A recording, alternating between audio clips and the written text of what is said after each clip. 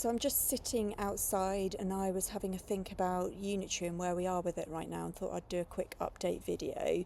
As you may know, there's an open consultation until the 5th of August in which residents can say whether they support the 2 unitary authority model or the 3 unitary authority model. But actually I think all of the attention's been taken up by this conversation, when actually, regardless of whether you have 2 or 3, the system's going to change and your council is going to be further away from you. So we need to think about how we're going to fill that potential democratic gap.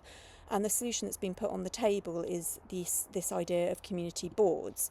Now, community boards would be localised decision-making bodies within each area to feed local views up into the wider unitary authorities, and that could cover planning, policy, transport, social services, basically service priorities for that area.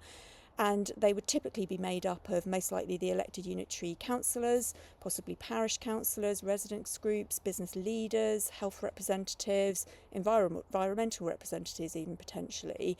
And they could also be allocated budgets to manage local improvements such as parks, community centres or small highway schemes. Now I think in this consultation the really important questions to be asked are: how are these community boards going to be constituted? Who will have voting rights? Are residents going to be included? Will boards have a clear legal status? So, for example, will they formally be delegated decision-making powers by the unitary authority, or will they only act as advisory panels? What will funding possibly look like for these boards? Could boards raise their own funding locally? So, for example, would they be able to receive developer contributions in the form of SIL to spend locally? How are residents going to hold these boards accountable? Will there be public reports? Will there be open meetings? What will the performance metrics look like? Will there be independent reviews of them? So the success of one community board in one area might be excellent, it might be weaker in another. Will residents be able to trigger reviews of this if their board is underperforming? And could boards gain more power over time? So at the beginning we need to test them out and get them in the right shape, but after we settled into the unitary system, would we be able to review and expand their responsibilities?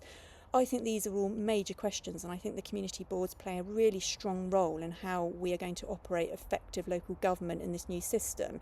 At the end of the day, 2 or 3 unitary authorities, it will be mandated from government, from a Labour government, and put down into Surrey, and we've got to deal with that. The community boards are where we can get our power back, so I think it's really important to include them in this consultation and be really active in shaping the outcome and what they look like.